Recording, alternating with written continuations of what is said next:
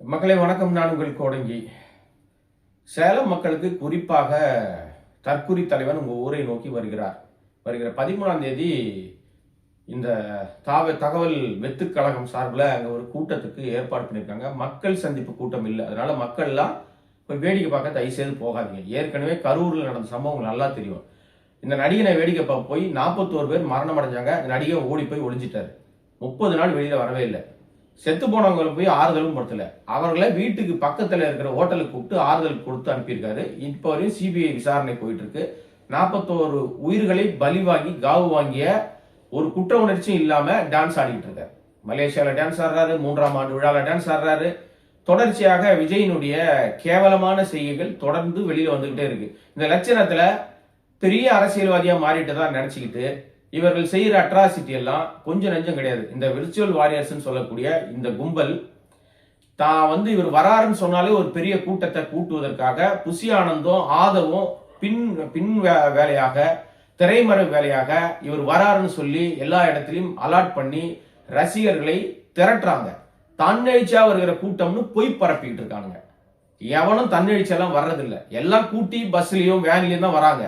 நீங்க அந்த விருப்பமனு வாங்குற அந்த விஷயத்திலே பார்த்திருக்கலாம். பல வீடியோக்கள் வந்திருக்கு. எல்லா பஸ்ல போலீஸ்காரர்கள் விரட்டி விட்டதெல்லாம் பார்த்திருப்பீங்க.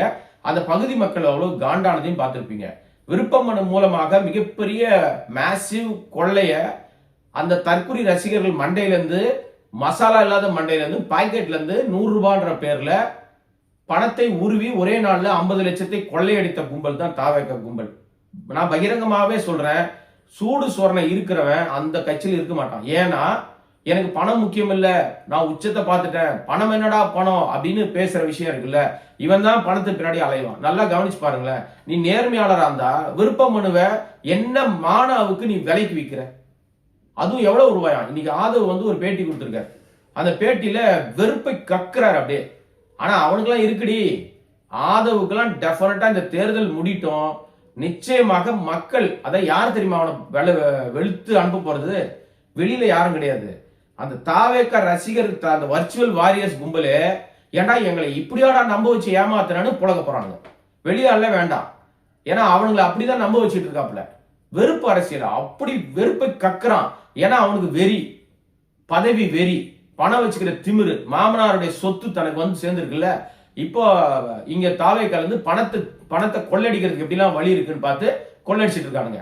நீ பணம் இல்ல, நான் பணத்துக்கு மேல ஆசையப்படுறது இல்லைன்னு சொல்ற விஜய் எதற்காக 100 ரூபாய்க்கு 50,000 மனுக்களை வித்து 50 லட்சத்தை ஒரே நாள் எடுத்திருக்காரு? இப்ப ஆதவ் சொல்றாரு, நாங்க 1 லட்சம் மனு நாங்க விற்பனை செய்ய திட்டம் வச்சிருக்கோம். இங்க தொகுதியே 234 தான். அப்ப எவ்வளவு பித்தலாட்டம் பாருங்க. 234 ஏற்கனவே வேட்பாளரை இவங்க சரி பண்ணிட்டானுங்க. இவன் இந்த தொகுதி, இவன் இந்த தொகுதின்னு சொல்லி ரெடி பண்ணிட்டானுங்க. 1 கோடி இருக்கணும், குறைந்தபட்சம் 1 கோடி, அதிகபட்சம் 2 கோடி நீ டெபாசிட்டா கட்டணும். அப்பதான் உனக்கு சீட்டுன்னு ரெடி பண்ணி வச்சிருக்காங்க. இந்த லட்சணத்துல பொதுமக்கள்னு எல்லார்கிட்டையும் வசூல் பண்ணதா? பொதுமக்கள் எப்படி உன்கிட்ட வருவாங்க? உன் கட்சிக்காரன் உன்னை வேடிக்கை பார்க்க பொறிக்கடல மாதிரி அந்த விருப்ப மனு வாங்கிட்டு போயிருக்கான். அதுவும் 50,000 விருப்ப மனு வித்து ஒரே நாள் வித்துட்டேன்னு சொல்லி சாதனை. இதுல என்னடா சாதனை வேண்டி கிடக்குது? டிக்கெட் மாதிரி வித்துருக்கீங்க, கள்ள டிக்கெட் வித்த மாதிரி. கள்ள டிக்கெட்ட 100 ரூபாய் டிக்கெட்ட 200 ரூபாய், 5000 ரூபாய், 3000 ரூபாய், 2000 ரூபாய் விற்பானுங்க. இந்த விருப்ப மனுவை 100 ரூபாய்க்கு வித்துருக்காங்களாம். உடனே வெளியில பேட்டிலாம் கொடுக்குறாங்க. பாத்தீங்களா, 100 ரூபாய்க்கு கொடுத்துருக்காங்க. 100 ரூபாய் எவ்வளவு பெரிய கம்மி. இது மாதிரி எந்த கட்சியிலே அது 100 ரூபாய் கொடுப்பாங்களா? உண்மையிலே 100 ரூபாய் கொடுக்க மாட்டாங்க. எந்த கட்சியிலும் கொடுக்க மாட்டாங்க. காரணம் என்ன தெரியுமா? அவர்கள் எல்லாம் உண்மையாக யார் போட்டியிட விரும்புகிறார்களோ அவர்கள் மட்டும்தான் விருப்ப மனு வாங்க வருவான். இந்த மாதிரி தற்கூரி கும்பலா கூட்டம் கூட்டமா அது ஏதோ பொறிக்கடல மாதிரி வாங்கிட்டு போக மாட்டாங்க. இப்ப வாங்கிட்டு போனானுங்களே, நல்லா யோசிச்சு வச்சுங்க. நான் தொடர்ந்து தாவேக்காவை ஏன் தொடர்ந்து நம்ம அட்டாக் பண்ணி பேசிட்டே இருக்கோம்னா, இவங்க செய்யறது பூரா அயோக்கியத்தனமா இருக்கிறதுனால, இதை எந்த காலத்திலும் ஏற்க முடியாததுனால தான் தொடர்ந்து நம்ம சொல்லிக்கிட்டே இருக்கிறோம். இந்த 50,000 விருப்ப மனு இன்னைக்கு 1 லட்சமா அதை மாறப்போகுதுன்னு இந்த ஆதரவு ஒரு அமாவாசை சொல்லுது இல்லையா? இந்த அமாவாசை 1 லட்சம் ரூபாய்க்கு 1 லட்சம் மனு 100 ரூபாய் கணக்கு போட்டு பாத்தீங்கன்னா 1 கோடி ரூபாய். இந்த விருப்ப மனு மூலமாகவே இவர்கள் தாவேகா தொண்டர்கள் கிட்ட, அந்த ரசிக குஞ்சுமணிகள் கிட்ட கொள்ளடிச்ச காசு 1 கோடி. அடுக்குமா இது? பொய் இல்லையா இது? பித்தலாட்டம் இல்லையா? அயோக்கியத்தனம் இல்லையா? மொள்ள மாதிரித்தனம், முடிச்சவைக்குத்தனம் இல்லையா இது? உனக்கு சீட்டு கிடையாதுன்னு தெரியுது, அப்புறம் என்ன வெண்ணைக்கு நீ அவனுக்கு விற்கிற? அது என்ன வீட்டுல ஃப்ரேம் போட்டு மாட்டிக்கிற விஷயமா? அப்ப திட்டமிட்டே நீங்க அந்த விருப்ப மனுவை கொள்ளையடிப்பதற்காக விற்கிறீங்க. இதுல வேற கொடுமை என்னன்னா, அதை வாங்கிட்டு போனவன் பிரிச்சு பார்த்து தான் ஷாக் ஆகிறான். அதுல நீ தனி தொகுதியா இருந்தா 5000 ரூபாய் கட்டு, பொது தொகுதியா இருந்தா 10,000 ரூபாய் கட்டுன்னு இருக்கு. இது என்னடா கன்றாவியா போச்சு? 100 ரூபாய்க்கு வித்தாருன்னு நம்ம பெருமையா பேசிட்டோமே, உள்ள பார்த்தா 1 லட்சம் கட்டு, 10,000 கட்டு, 5000 கட்டுன்னு இருக்குது. இது 10,000 அப்படியே கட்டினாலும் சீட்டு கொடுக்க மாட்டாங்க. விஜய் எல்லாம் நேரில் பார்க்க முடியாது நீங்க. இது கொள்ளையடிக்கிறதுக்கான புசி ஆனந்தம் ஆதவம் செஞ்ச சதி திட்டம், மிகப்பெரிய ஸ்கேம். இதை திருடுறதுக்கு உங்களுக்கு வேலை ஜாஸ்தி தெரியும்ல. கள்ள டிக்கெட் வித்தான், சொர்ண லாட்டரி வித்தான் ஆதவ். இந்த விஜய் கள்ள டிக்கெட் வித்தாரு கள்ளத்தனமா. அதாவது எப்படின்னா 200 ரூபாய் டிக்கெட்டை 2000 ரூபாய் 3000 ரூபாய் விற்கிறது. Black ticket. ஒன்னு சொர்ண லாட்டரி, இன்னொன்னு பிளாக் டிக்கெட். இப்படிதான் வளர்ந்த விதம். இவன் தான் காசு மேல ஆசை இல்லாதவன். ஒரு பைசா கூட எனக்கு தேவையில்லை, நான் ஊழலே பண்ண மாட்டேன், இதுவரை பண்ணதே இல்லை. அப்புறம் என்ன மானாவுக்கு 1.5 கோடி ரூபாய் உனக்கு நீதிமன்றம் அபராதம் வீசிருக்கு? வாங்கின காசை ஏன் மறைச்ச? 15 கோடி வாங்கினது ஏன் மறைச்ச? இன்னைக்கு வரைக்கும் அந்த பிரச்சனை தீரவே இல்லை. பிரச்சனை போயிட்டே இருக்கு. இது ஒரு பக்கம். இது இல்லாம இப்ப சேலத்துல 13ஆம் தேதி ஒரு கூட்டம். இந்த கூட்டத்துக்கு 5000 பேர் தான் வரணுமா? 4000 சொச்சம் பேர் தான் வரணும். 5000 கூட இல்ல, முழுமையா 4900 ஏதோ 28 பேர் என்னமோ தான் சொல்லியிருக்காங்க. அதுவும் நிர்வாகிகள் தான், மக்கள் சந்திப்பு இல்ல. மக்கள் சந்திப்பு என்பதை இவர்கள் நடத்தவே முடியாது இனிமே. ஏன்னா மக்கள் சந்திப்புன்னு சொன்னா சாவடிப்பாங்க. கன்ஃபார்மா ஒரு 10 கொலை வரும், 10 பேர் செத்து போயிடுவோம். இதுதான் இவங்க லட்சணம். இவங்களா நடத்த தெரியாது. நாம பயப்படுறோம்.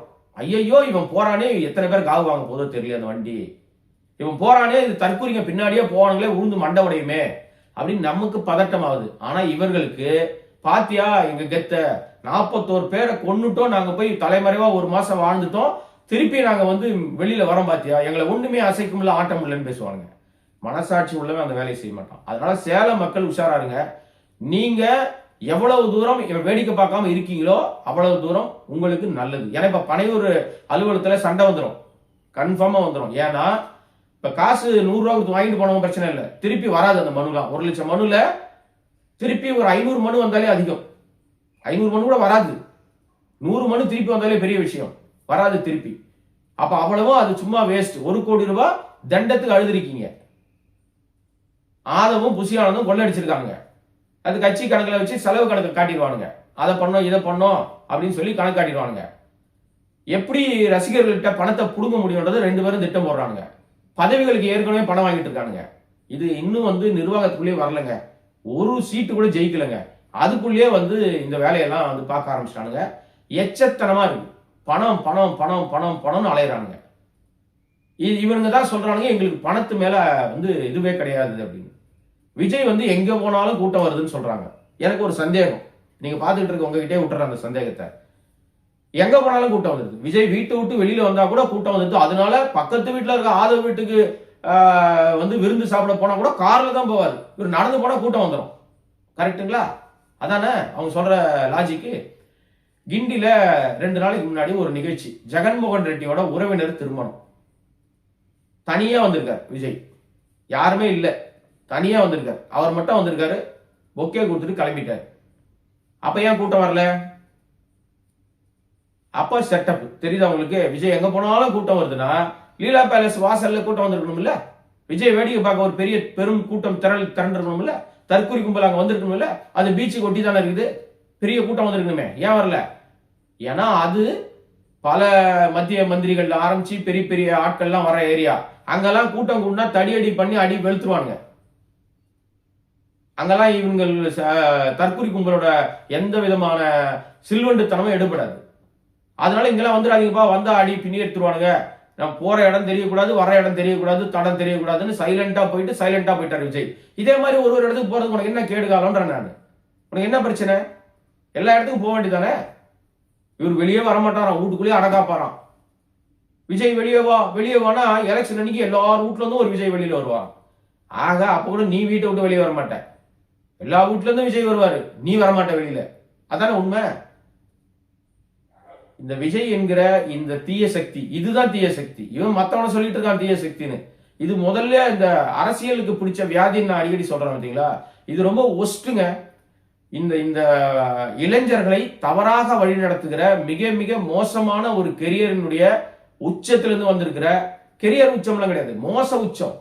நீங்க கெரியர் உச்சம் நினைச்சிடாதீங்க, மோசத்தினுடைய உச்சம். அரசியல் அனுபவம் இல்லாம தற்கூரிகளுடைய தலைவனா இருந்துகிட்டு, மங்குனிகளுடைய தலைவனா இருந்துகிட்டு வர எல்லாருக்கும் அறிவு மங்கி போச்சு. செங்கோட்டையிட்ட கேட்கறாங்க, எங்க பட்ஜெட் போட்டிருக்காங்களே, பட்ஜெட் பற்றி உங்க கருத்து என்னன்னு கேட்டா, நாங்க இப்பதான் ஆரம்பிச்சிருக்கோங்க கட்சி, இப்ப போய் எங்கிட்ட பட்ஜெட் எல்லாம் கேட்காதீங்க அப்படின்னு 50 ஆண்டு காலம் ஒரு அரசியல் கட்சிகள்ல பல அமைச்சரா இருந்து பொறுப்புல இருந்தவர் பேசுற பேச்சு. செங்கோட்டையனுக்கு இவ்வளவு கேவலமான நிலைமைக்கு தள்ளப்படுவாரா? எடப்பாடி மீதுள்ள அந்த கோபம், எடப்பாடி மீதுள்ள அந்த வன்மத்தினால தன்னுடைய அரசியல் வாழ்க்கையே தொலைச்சிட்டு நிக்கிறாரு. பாவமா இருக்கு. ஆனா அவர் ஒரு சில்லறைத்தனம் ஒண்ணு பண்ணிருக்காரு. என்னன்னா, கோபிசெட்டிப்பாளையத்துல ஒரு பஸ் ஸ்டாண்ட், அந்த பஸ் ஸ்டாண்டுக்கு பேர் இவருடைய பேர் முன்னாடி இருந்திருக்கு. இப்பதான் அவர் கட்சி மாட்டார்ல, உடனே என்ன பண்ணிட்டாரு, இவருடைய எம்எல்ஏ நிதியிலிருந்து கட்டியிருப்பார் போல இருக்காத. உடனே என்ன பண்ணிட்டாருன்னா, ராத்திரியோட ராத்திரியா அந்த இதுக்கு தாவேக்கா கலர்ல பெயிண்ட் அடிச்சிட்டாரு.